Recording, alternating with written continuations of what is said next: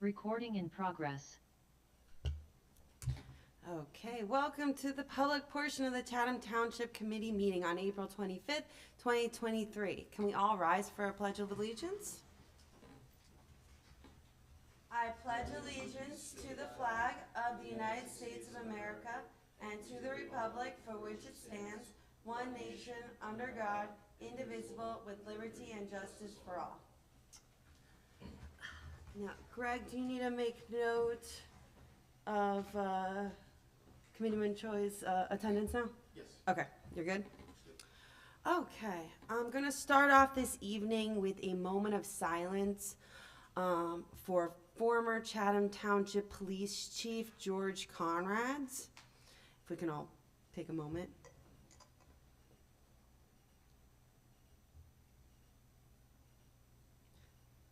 Thank you. Chief Conrad served with the Chatham Township Police from 1959 until 1986. He served as Chief of Police from 1978 until his retirement in 1986. May he rest in peace. Next off, I'd like to recognize our current police chief, Thomas Miller, who has graduated as a member of the 285th session of the FBI National Academy. The graduation took place at the National Academy in Quantico, Virginia. Nationally, fewer than 1% of officers have the opportunity to attend the program. Internationally, known for its academic excellence, the National Academy offers 10 weeks of advanced communication, leadership, and fitness training. Participants must have proven records as professionals within their agencies to attend. The 285th session consisted of 247 law enforcement officers from 47 states and the District of Columbia. The class included members of law enforcement agencies from 28 countries, 4 military organizations, and 5 federal civilian organizations. Chief, thank you for all you do for our township, and congratulations on this tremendous achievement.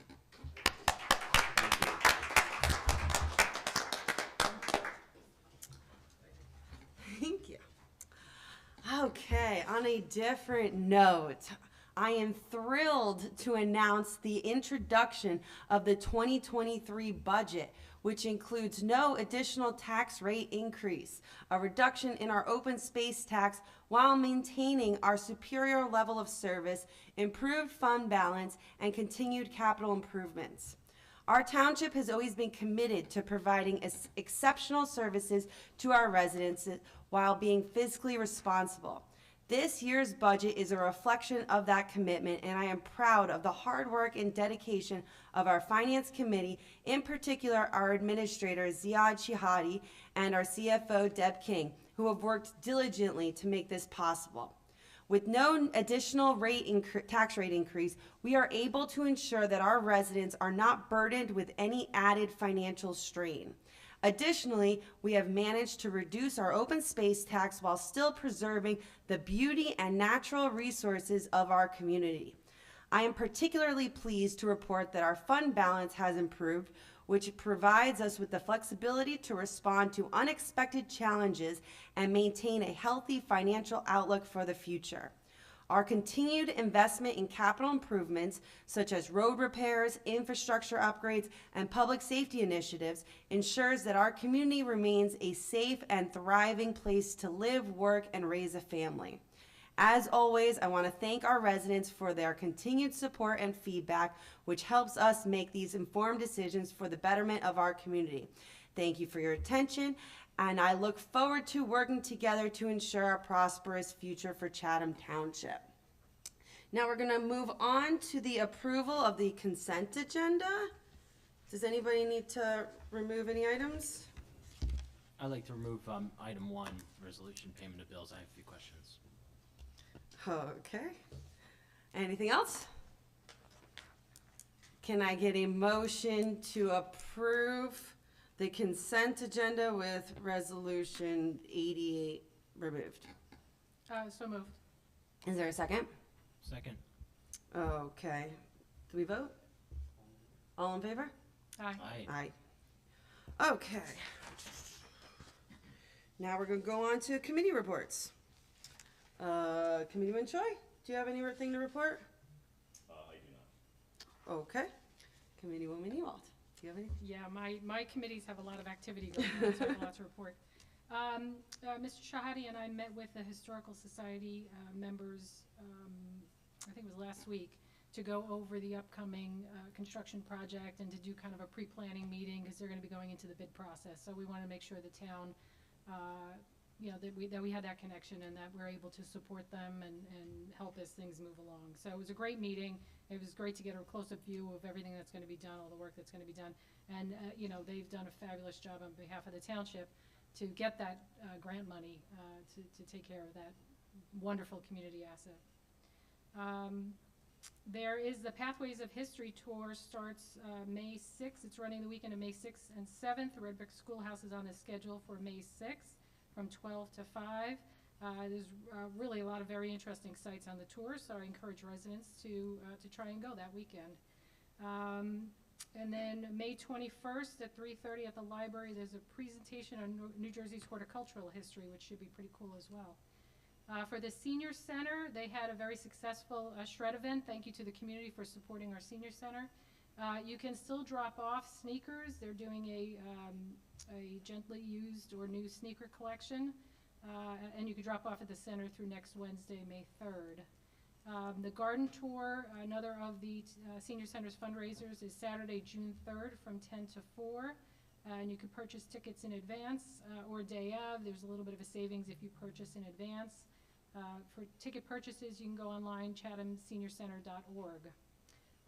The Senior Center will also set up at the Fishwack, and you can see them at the Senior Pub, June 10th from 12 to 6. They want everybody to know there are still more slots available for the evidence-based online weight management program, Eat Smart, Weigh Less, Move More. That's free to Morris County seniors 60 plus, and you can call the center at 973-635-4565 if you'd like to participate. And they're always adding new programs. They've always got a lot of great things going on at the Senior Center, so please go online and take a look and try and take advantage of that. They do amazing programs there. And then our Environmental Commission, the Chatham Borough, Chatham Township, and Madison's Environmental Commissions hosted an electric vehicle expo in Madison on April 19th, and that was also a huge success, well attended by the EV vendors and by residents alike.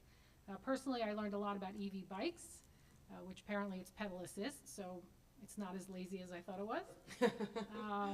And I got to talk with owners and dealers about their EV cars. I would just encourage people, if they're a little hesitant, a couple of things I learned. Certainly you can try hybrid first. If you're interested in hesitant, hybrid or leasing might be a good first step for you. The tree seedling giveaway was this past Saturday. There were fewer seedlings given out, but we had enough to meet demand. The community-wide spring yard sale is coming up this Saturday, April 29th. And there is a town-wide virtual cleanup in progress by Colony Pool through April 30th. So if you're in the area, please pick up any debris you see and deposit it in the receptacle bins. And the Great Swamp Watershed plant sale is in process. That also, residents love that program and often get a lot of great plants through that.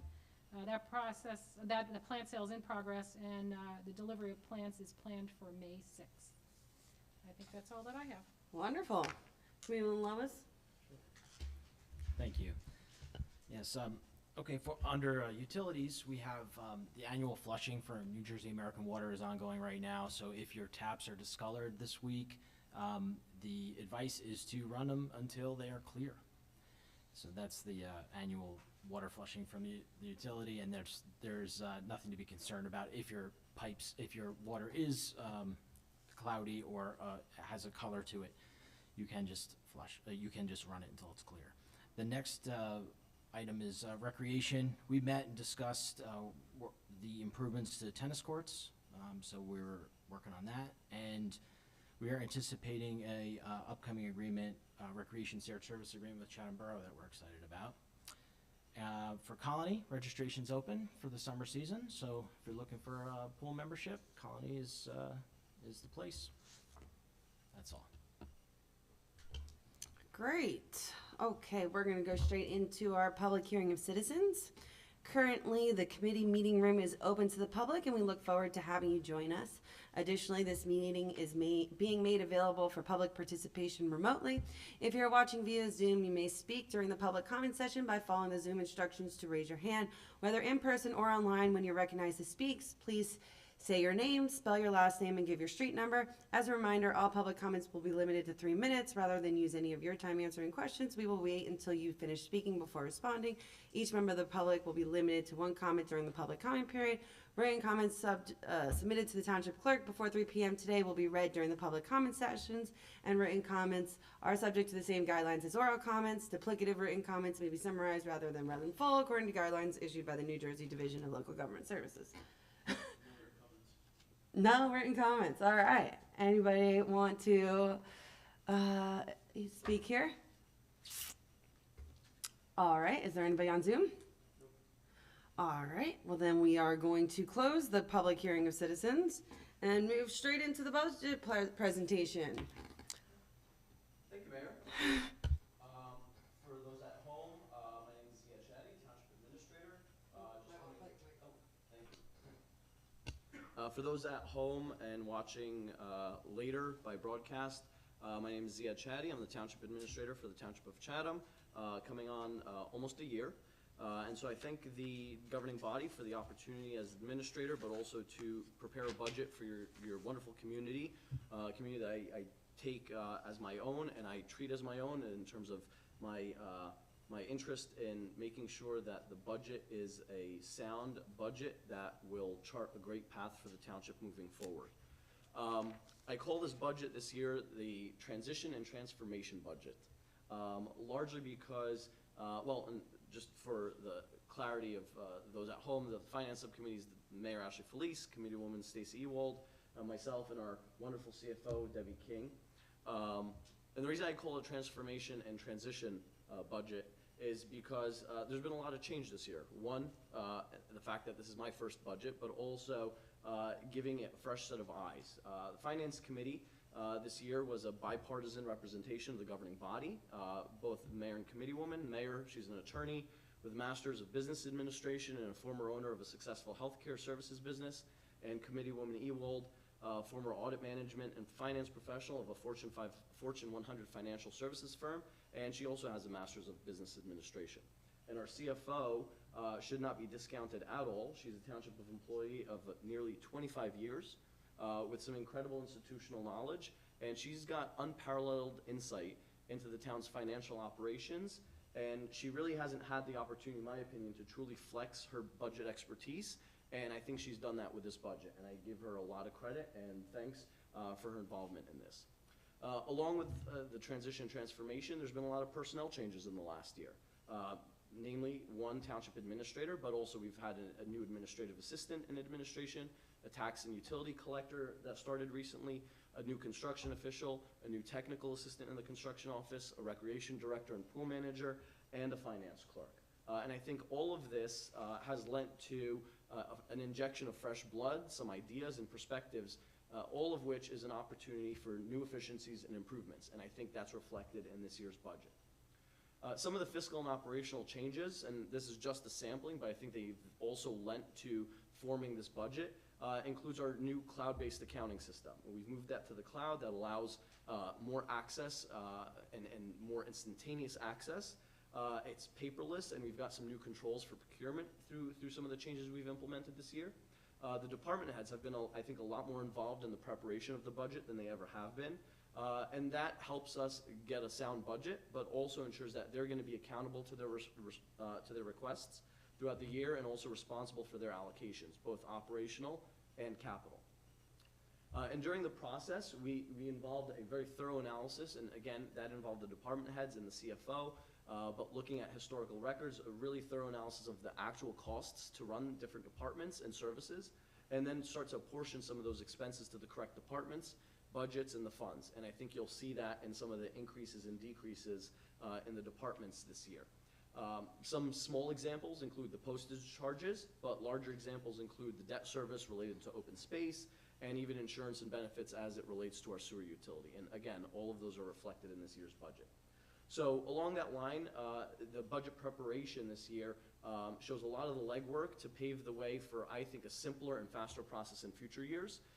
This is not the timeline that when I would like to introduce a budget typically. I'd like to introduce it earlier, but we're not late. We're on schedule.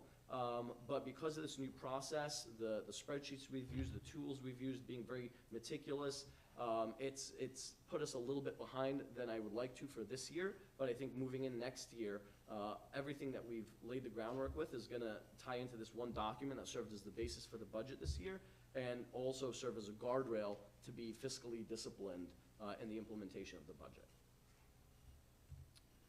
This was the path to 0%, and I'll explain why I call it the path to 0%. But it really started in November and December of 2022. That's when, and you obviously know, you were involved in some of the budget transfers and the modifications in November, involved wrapping up that budget. Then moving into January and through March, Debbie in the finance department closing the books, and then we started our prior year review, really looking at spending patterns and understanding and even receiving some bills that came in a little later than we would have liked. And then through January and February, we really developed this new process and started the budget requests with department heads in March. And that's what kicked off a lot of the meetings.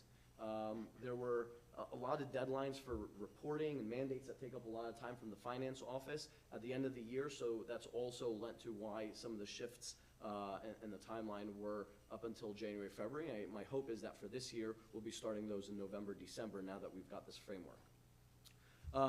Once we started the meetings, we held meetings with the elected officials of the Finance Committee, and that was the opportunity for us to also receive their direction, their goals, their objectives.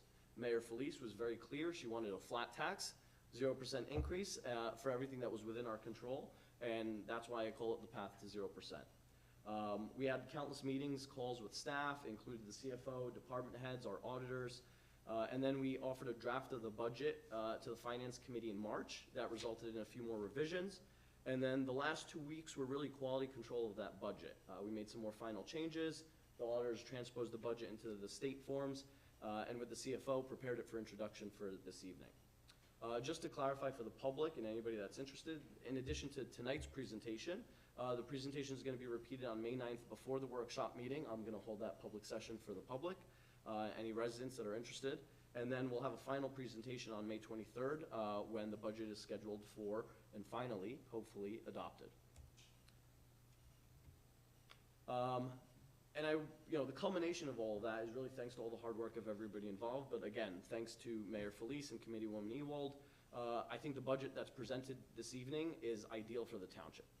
If it's adopted, it means that this year's municipal tax rate would be the same as last year's municipal tax rate of 0.321. That's no increase in the tax rate that's within our control. And then because the budget also calls for a lower open space tax rate of 1.5% instead of the 2%, residents are going to see an overall combined lower tax rate as compared to last year. Another win. And then we started to look at our fund balance, which is commonly known as, or what people in the public would just know as surplus. Our use of that for the budget this year is in keeping with recommended policies and best practices to ensure that our surplus is healthier than it's ever been, or rather at least in the last 6 years that I looked back on. And despite the increased cost to run government in New Jersey, we accomplished all of this while maintaining the same service levels. There were no cuts to service, and we continue to make capital investments in the community. And we'll talk about that a little bit more. I don't want to spend too much time on this. People see this ad nauseum. It's the infamous dollar chart. But I think it is very important to recognize that only about 17 cents of every dollar that's paid in taxes is used to fund township services. We're obligated to collect the other 83 cents of every dollar, and that goes to the county, the schools, and the library. The only thing that's within your control, the governing body, within the control of the township, is the tax for municipal purposes and the open space tax rates. And that's what makes up that 17 cents on the dollar. Just want to go over a little bit on municipal budgeting, because it's very different than budgeting in the real world, in the private sector or corporate. But really, you've got your appropriations, and this is a short summary of the 5 bullet points that really make up your appropriations, and the things that make up revenues. There's limited opportunity for revenue in municipal government. In a town like ours, which is mostly residential, that opportunity for revenue is even more limited. We try to get creative, we look at new opportunities, and a lot of those were discussed in the Finance Committee. But the difference in those is what amounts to the figure that's supposed to be raised by taxes, and that's the levy. And the challenge is always striking the right balance between those two so that the tax rate doesn't increase, but you still want to maintain top-rate government services and ensure that public safety is top-notch, because that's what makes our community attractive. It remains attractive, which then results in an increase in home values, which in turn yields taxpayers the best return on their investment by way of the values of their home. This is, in a snapshot, what the budget looks like for this year as opposed to last year. Our appropriations for municipal purposes, and this does not include open space, is $18,522,730 and some change. The revenue we're anticipating is $6,410,504.07. And so that means that the amount to be raised by taxes, the levy, is $10,854,546 and some change. Our tax base, which is known as the net valuation taxable, also increased this year. That's $3,380,897. I'm sorry, $3 trillion. I apologize. $380,897,000 and some change. 3 billion. 3 billion. Sorry. The black and the blue is actually really bad, yeah. not that good on that screen. I apologize. And that comes down to the municipal purposes tax rate rounded as all of these 0.321, and you'll see it's been 0.321 for the last 3 years. And I'll go into a little bit more detail on that in some of the next slides. But all of that comes down to the services that you are paying for your dollar. That 17 cents for every dollar that residents are paying goes for all of this. That's quite a lot of service. And it also includes subsidies to our volunteer organizations and our nonprofits. So our fire departments, our first aid squad get subsidies from us as well, and our senior citizen center also does.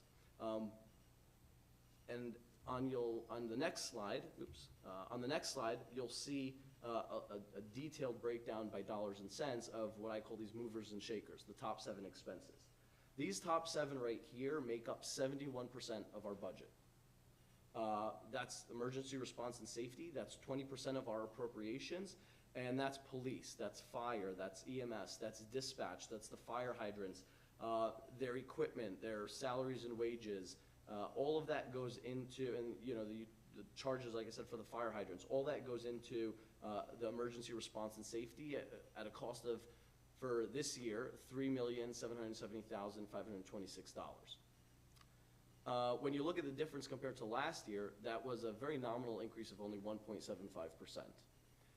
The biggest changes were in insurance, which is health and liability insurance. That went up almost 20% this year. And the insurance makes up 14.5% of our total appropriations. You'll see down below some of the other services, really public works, pensions and social security, our capital improvement fund, which is where we're making investments into our roads, vehicles for our police and DPW, and other infrastructure. Our debt payments also went up about 13% in terms of principal and interest. And then finally, utilities. Like your utilities at home, our utilities are also going up 3.83% this year. So those top 7 make up a little more than $13 million of the budget, and that's the 71% of your 17 cents that goes to pay for municipal services. That remainder, $5,377,310, the remainder of all these other expenses outside of this, that decreased this year, 10%, which I think is largely attributed to our better cost allocation for our different funds, our utility, but also in terms of finding better ways to do things and also using the financial data through the process to make sure that the budget is as accurate as it possibly can be. What are those those other remaining operations and services? Quick snapshot of that. That's your construction department, administrative expenses, your professionals, engineering, legal, IT, finance, the different boards, the planning, zoning, all of that makes that remainder up. And here's just a quick snapshot on our surplus. As I mentioned, we've got a very healthy surplus this year, and the use of it and our trajectory is better than it's been in many years. What I highlighted in green is that line that says the net fund balance after budget adoption. So this year, we're including $3.5 million from our fund balance to be used in the budget. That's in line with the last 5 years. It's varied between 3 to 3.5 million. But the difference here is that after the budget's adopted, that will leave us with a balance of about $2 million. And down below, what you'll see where it says total expenditures, that's a range of the 10% and the 15%. And that's based on your fund balance policy and best practices. You want to be within that range. So with the figure that we're using in this year's budget of 3.5 and the balance that it leaves us of about 2 million, that 2 million is above the 10% and it's within that range. So definitely keeps us secure for the future. Again, the snapshot from before, to summarize, the tax rate's flat this year, so we're ensuring that there's no unnecessary added financial strain to taxpayers. The open space, because of this budget, is proposed to be set at 1.5% instead of the full 2%, and that's still in keeping with the town's goal of preserving and maintaining our open space inventory. And we're also regenerating our fund balance to a healthy level, which helps to maintain and help our bond ratings, which in turn helps our interest rates, and it still ensures that we've got a safety net for any emergencies in future budget years. And capital improvements to our roads, infrastructures, and the departments that keep our town safe are all part of this budget in our capital improvement fund. And overall, I think that this is an outstanding budget for the township and one that the residents should be proud of their elected officials for adopting. I do want to touch on the sewer utility, which is outside of our budget, and the reason it's this sort of one standalone side is because it's a self-liquidating utility, which means that the revenues have to support the operations. There is an increase in this year's budget of about 4%, or $135,000 compared to last year. However, that's due to a really thorough analysis of our real costs attributed to the sewer utility. Things like insurance, pensions, and benefits that in previous years were allocated to the operating budget, to the taxpayer. But also there's a rising cost of chemicals and materials and supplies to treat the wastewater that's generated by the township. 82% of the revenue here comes from what's known as rents, which is essentially what users are paying in their sewer bill. But the sewer utility has its own fund balance, a surplus, which is also very healthy on its own, and that ensures that we can continue to provide the same level of service without an increase in rates. So we are not proposing an increase in rates in this budget, but it also enables the utility to undertake in the future, near future and long future, any needed improvements for ensuring that the sewer utility can stay an asset for the township, because I do think it is an asset. And Mayor and committee, members of the public, that's the conclusion of the presentation. Thank you very much, and I just want to say, although I've already said it previously, I can't, thank you and Deb enough for all the hard work. I know you guys spent on this probably too many hours doing everything, starting from scratch essentially, but it shows, and I can tell you the residents will appreciate it for sure. So really, thank you. Thank you. All right, so we're gonna move on to the public hearing for ordinance 2023-01, Cat Bank ordinance. Is there anybody that wants to speak in regards to the Cat Bank ordinance? Any member of the public? I'm not gonna repeat the whole spiel. Anybody on Zoom? All right, then I will close that public hearing and move on to the final adoption. Can I get a motion to adopt ordinance 2023-01? So moved. Is there a second? I'll second. Okay, any discussion? Yeah, I'll start. So the history of the cat banks is in 1977. They incorporated this in New Jersey to try and get some control on our rising and what I can say out of control real estate taxes in New Jersey. So despite the tax rates in Chatham being competitive and very good comparing to our surrounding towns, New Jersey has extremely high real estate taxes. In fact, we have the dubious distinction of having the highest real estate taxes in the nation, according to a recent article that I've read, and one that ran in Patch about 3 weeks ago. And this cap bank law was a way of, or I'm sorry, the cap in general was introduced as a way of minimizing rising costs in government and controlling them. And I think the cap is a very appropriate thing to have, and I think it was a good idea when they came up with it, made it part of the statute, and I think it's a good idea today. So what this cap bank ordinance does is allows us to circumvent, most importantly, and something we haven't discussed before when introducing this, is a referendum to the voter. So to vote for this cap bank ordinance means that you are allowing the government, your local government, or we're allowing this local government to go beyond the 2.5% cap to a 3.5% cap, and that would be 3.5% increase in appropriations, increase in spending, that would otherwise be determined by the taxpayer, by the voter. And what we're doing is we're saying, no, we're taking that away as long as we are no longer capped to 2.5%, we're capped to 3.5% if we pass this ordinance.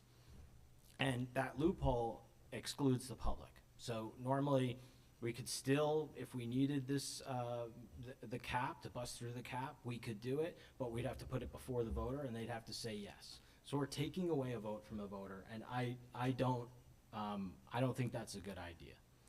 I also, looking at the budget, it looks like a good budget, but basically the cap comes down to, if I'm reading sheet 3B correctly, the cap is the 1% over is $122,000. That's inside the cap that we are going over. And it seems to me that the open space fund is being decreased by an amount that's even greater than that $122,000, the amount that we'll be collecting in the open space fund. And at the same time, the expenses in that open space fund are being decreased by $165,000. So it seems to me what we're doing is we're simply taking $165,000 worth of salaries and wages that would have been spent in the open space fund to maintain land and moving it instead back inside the cap. And so without that, we wouldn't need, so in other words, if we treated, we spent the same amount inside the open space fund, the $385 for salaries and wages, instead of reducing it to $220, that $165,000 difference would come out of the cap, back into open space, and we wouldn't even need this cap. So it doesn't seem something that, it's not even something that's necessary. We don't need to pass this cap bank ordinance in order to accommodate this budget. All we have to do is go back, and it wouldn't, the net effect to the taxpayer would still be exactly the same, the end amount. It's just a different way of spending the money. Now, segregated funds is something that I brought up in this committee ad nauseum, which is we have segregated funds in municipal government, and this is one example of how moving one amount makes everything work a lot better through segregated funds. So this cap, this appropriation cap, I think is also very important, not only for this budget and for today, but also for the future. So there's another part of the cap bank, which is the bank part, right, which allows any savings to be passed on, any savings over what we could increase spending to be passed on to in the future, so that it can be kind of piled on top of the taxpayer in the future. And I am, in theory, I am opposed to that in theory. So I will be voting no on this cap bank ordinance, as I have said previously. There's also been arguments made about this cap bank ordinance that we should have it around just, for an emergency or just in case. But there are tons of exclusions already built into the cap laws that include things like debt service, newer increased construction. So if you have new housing and you bring on added assessed values, you can go beyond that. Any naturally declared emergency. There's so many exclusions to this that would, emergency temporary appropriations made to any urgent situation, all debt service. There are so many ways to get around, to go through this, to exceed the cap. And then there are also call-outs in the cap. So for healthcare, for pension. There are often exceptions are limited, instead of to the 2.5%, they're limited to 4% or 5% or not at all. So I don't think that this is necessary in many, many ways. And then the last thing is, if any cap was ever needed, if the cap was preventing us from moving forward and we needed to go through the cap, we just simply present it to the voter and be approved in a referendum. Otherwise, you're just taking it away from the public and the taxpayer. Okay. I just have to make a couple comments there, then I'll let everybody else speak. But for one, I don't see how we're taking it from the voter, as we have a public comment session, multiple public comment sessions on this item. Additionally, your argument against the cap increase is more to shift the spending, not to reduce the spending. So it doesn't make sense, especially when the end result is the exact same as so I'm not quite understanding. Yeah, But anyway, I gave you your chance to speak. So, does anybody else would like a chance to speak? Yes, I'd It like is to the jump exact in. Okay, same okay, result. you're done speaking for now, thank you. Okay. The notion of taking away resident input, I mean, the law was crafted, as you said, for 2.5%, but also to allow the flexibility for the governing committee to go up to 3.5%.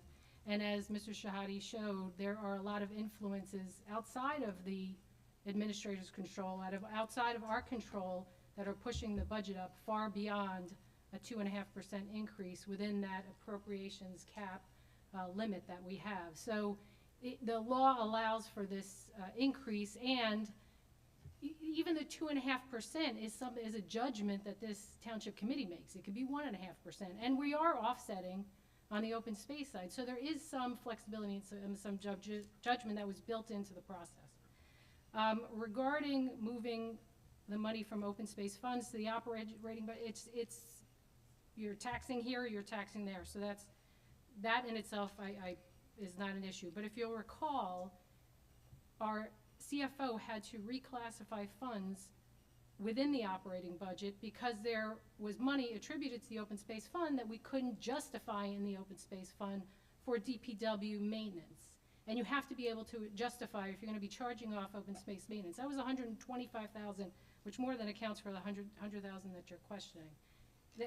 And whether or not it even makes sense to have operations in a trust, I mean, it's just not good fiscal management. So there are many reasons that it was important to move the DPW maintenance from the open space fund back into the operating budget. And the offset is that the open space fund is coming down by the half a penny. And I didn't understand the concept about segregated funds, so I won't even go there. All right, Committeeman Choi, do you have any comments? Yeah, I'll put it on the record for the second time now.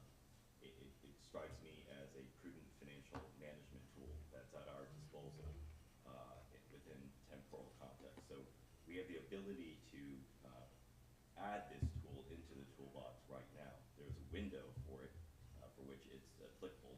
Once that window's closed, we no longer have that ability. I've described it as essentially a zero-cost option that can be afforded to us right now. What that means is it's not a fait accompli that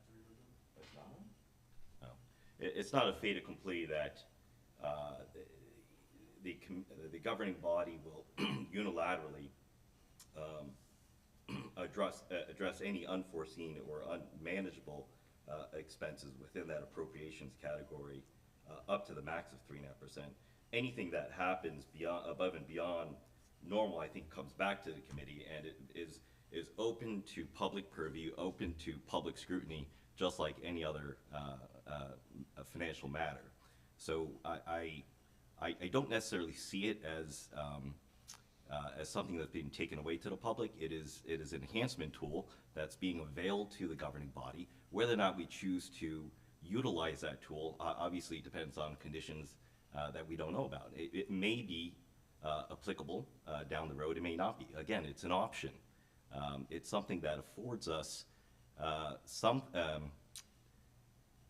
The counterfactual is if you look at the appropriations bucket, a big chunk of it is salaries. And if we come across a cap, a limit, and we don't have this tool, and I think it essentially allows us to raise the limit by, I think, under $500,000, something like that. What the other option is potentially cutting staff. Those are more, what I would think are more draconian measures that we would otherwise have to consider if we don't have any other lever we could pull. By the way, this is the lever in question that we're availing ourselves today to be able to put into effect in the future. It's basically a 2-year window. So I think, and I'm fairly confident saying it's a financial management tool that's prudent, it's sound, it's an option. It's something that we are making available in the event that it's necessary. And in the event that we consider it, it's also going to be brought to the front. It's not something that's going to be done behind closed doors. It's going to be a matter that's going to be publicly discussed amongst the governing body and made available for criticism and observations or suggestions by the public. Thank you. I tend to agree. I mean, essentially, the voters elected this body and entrusted us to craft a budget and to use all the tools available to us, and that's not something that's taken from the voters. That's what we were elected to do. Administrator Shihadi, do you have anything to add?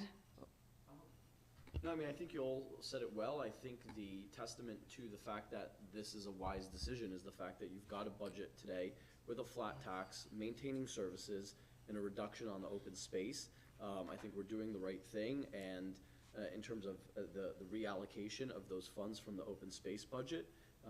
And, you know, I think that all the things that we've said are coming true with this budget, and this whole like sky is falling scenario is being disproven with the budget that's being presented today. Okay, let's move on to a vote. Mr. Troy? Yes. Mrs. Ewell? Yes. Mr. Lewis? No. And Mayor Flees? Yes. Motion passes.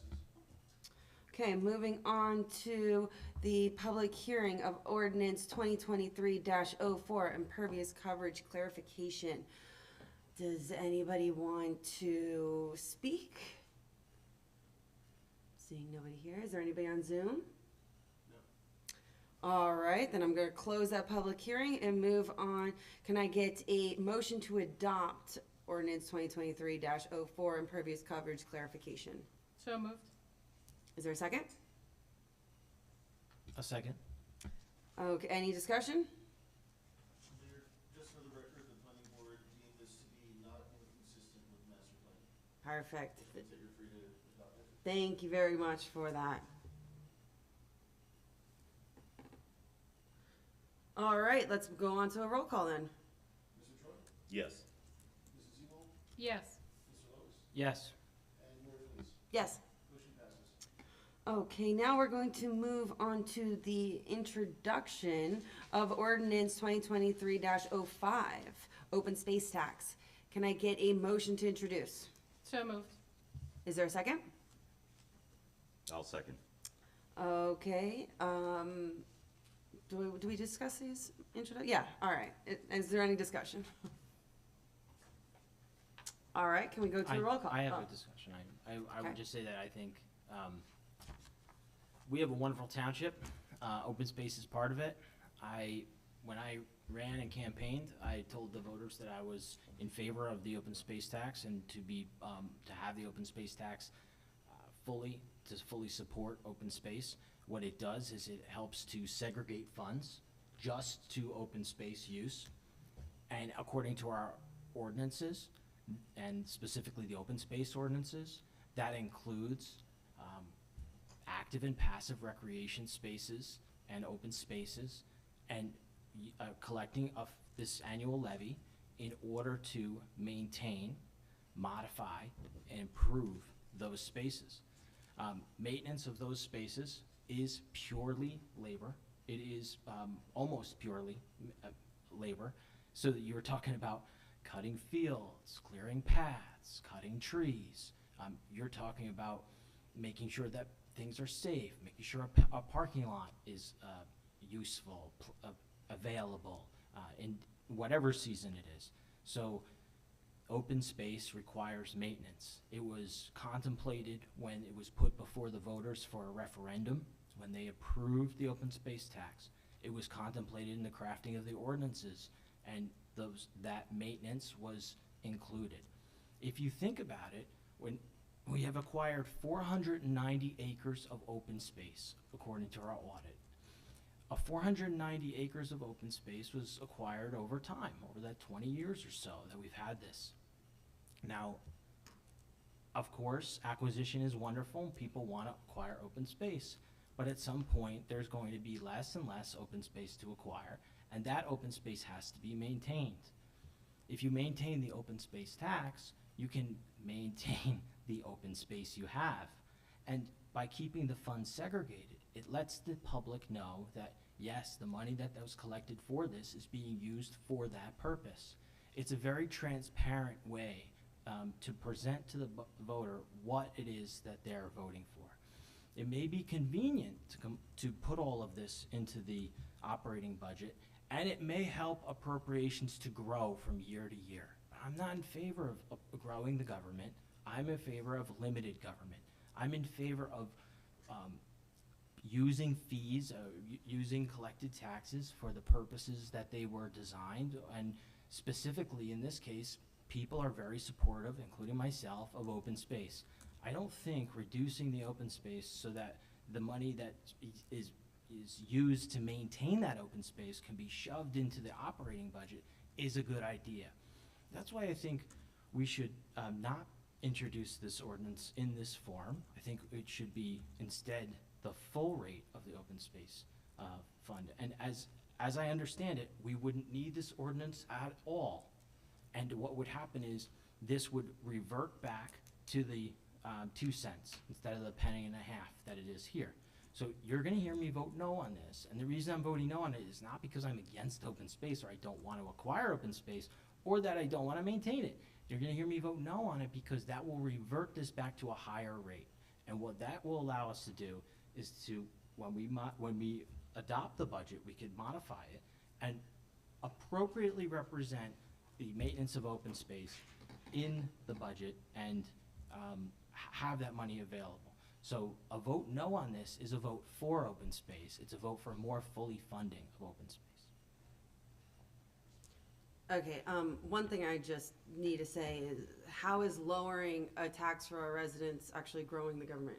Because that doesn't make sense to me at all. This is a vote to lower a tax. So, yeah. Anybody else have any comments? Yeah.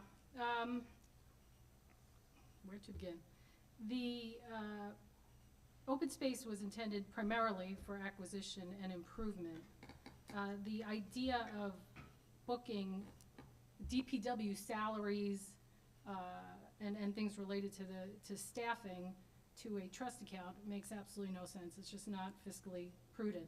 It was an experiment, Mr. Lois, that you really pushed for last year to move about over $300,000 in DPW salaries into the open space trust, and it was an experiment that did not work because we had to reclassify $125,000 in salaries in other budget funds to the DPW salary because we could not justify it in open space. So even if I agreed that it was good fiscal management, which I do not, to have DPW salaries in an open space trust, we can't even justify the funds that are in there. So it was an accommodation, because I'm a supporter of open space. It was an accommodation because we had to move those funds back into the operating budget to have that offset in open space, since it was moving out of the open space, to reduce the open space tax by 0.5 cent.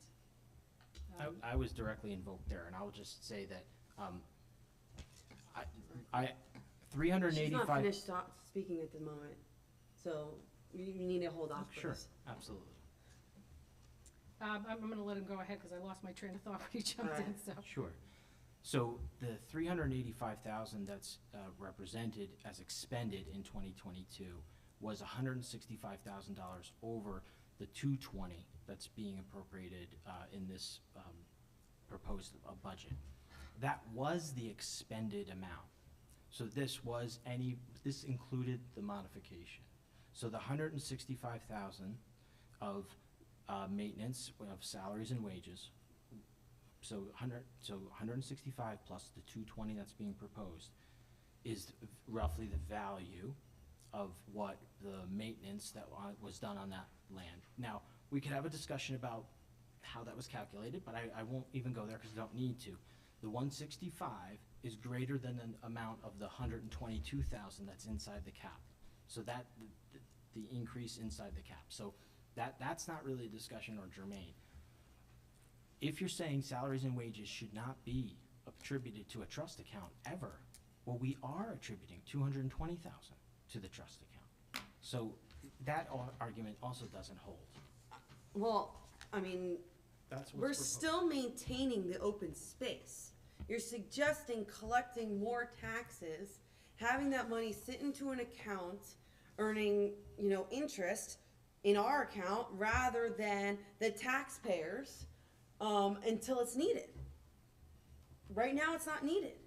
So I stand by this, but anyway, Yeah, in terms of supporting open space, the point I wanted to make, when I first joined the committee, the open space tax, whatever it was, a half a cent, 1 penny, was only going towards debt service. We weren't able to accumulate any funds for strategic acquisition or for improvements to our open space. We were able to get the budget to a place where we got the open space to 2 cents, and then we were able to start investing on our community. And that trust fund now has a balance of about 550,000, and by the end of this year, it's expected to have about 700,000. So funds are being put aside for improvements and for strategic acquisitions. It's not that this half a cent is going to take away from our ability to do things in the community. okay. Committeeman Choi, do you have any comments? Yeah, I don't know if I'm for more or less government. What I do know is I'm for efficient, disciplined government. And I'm the new kid on the block, and so far, my observations when it comes to the open space fund are as follows. It seems to be the catch-all bucket for when we're finding ourselves in a sticky situation. I do not believe that we have a clear mandate for what we're using the open space fund for. It may be written, but the application of it, the practice of it, seems to be much broader than I would like to see. The characterizations, descriptions as to what's actually going in there, I think can be, I think it merits a more close look at it, but my observations are that I think we should be revisiting it. I am a proponent of open space. I am also a proponent of making sure the funds that we're collecting, the additional tax revenues that we're picking up to put in this open space bucket are used prudently for open space and for whatever the spirit, the intent, and the language is associated for that particular trust fund account. So until I think we do that exercise, I certainly am an advocate for putting the reins on this thing until we actually have an organized and clear mandate on how we're going to practice using this account. Thank you. Can we go to a roll call? Mr. Troy? Yes. Mrs. Ewell? Yes. Mr. Lois? No. Mayor Felice? Yes. Motion passes and public hearing will be on May 23rd. Okay, now we're going to move on to the introduction of the 2023 municipal budget. Can I get a motion to adopt resolution 2023-86 introducing year 2023 municipal budget? So moved. Is there a second? Yes. And a roll call? Mr. Troy? Yes. Mrs. Ewell? There's no discussion on this topic. It's a resolution. Yes. Mr. Lois?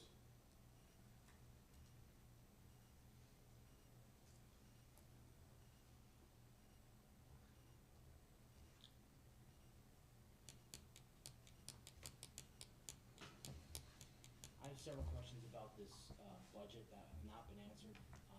And if I had the chance to explore them, I'd be happy to introduce it. So then why don't you combine your questions and send them to the finance committee? And in the meantime, You've been copied on them today. I didn't get anything. no, it was not sent to the finance committee. Well, it was sent, you received it, Mayor. Okay, well, we'll prepare them. And we're moving on to the vote. Mayor, please. Yes. Motion passes. Okay, and then we're going to, can I get a motion to adopt resolution 2023-87, budget self-examination? So moved. Is there a second? I'll second. And a roll call? Mr. Jordan? Yes. Mrs. Seawold? Yes. Mr. Lewis? No. And Mayor, please. Yes. Motion passes. And can I get a motion to adopt the consent agenda with resolution 88 pulled out? So moved. Is there a second? I'll second. And a roll call? Mr. Jordan? Yes. Mrs. Seawold? Yes. Mr. Lewis? Yes. And Mayor, please. Yes. Motion passes. Can I get a motion to adopt resolution 2023-88, payment of bills? Oh, sorry. You so moved. Second? Second. And your I have discussion. Yes, I have several questions about the payment of bills. I had sent in these questions and I had not received a response. So I have a question about some of the True Green services. There's several True Green, well, there's a True Green service that's being charged to Joint Rec, and then there's several True Green services that are not being charged to Joint Rec. Is there, can I have an explanation on why that is?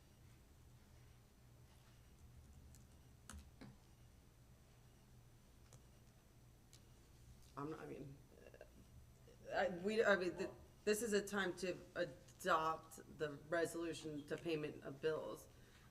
I know you have a lot of issues with I just have questions that were, not answered. I sent them in. I'm I've pretty given sure it they to- were answered at least like 15 times.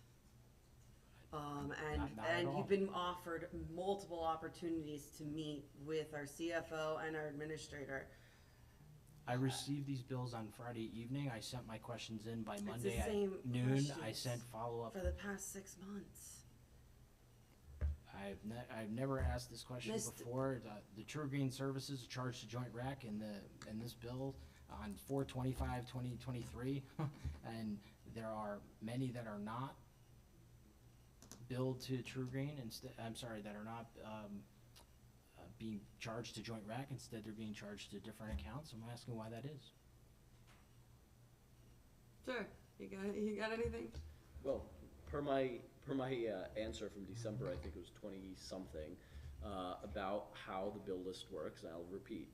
The bill list vote tonight is not on the individual accounts that are being charged, rather in keeping with procurement laws, policies, and so on. That being said, transfers can happen at any time.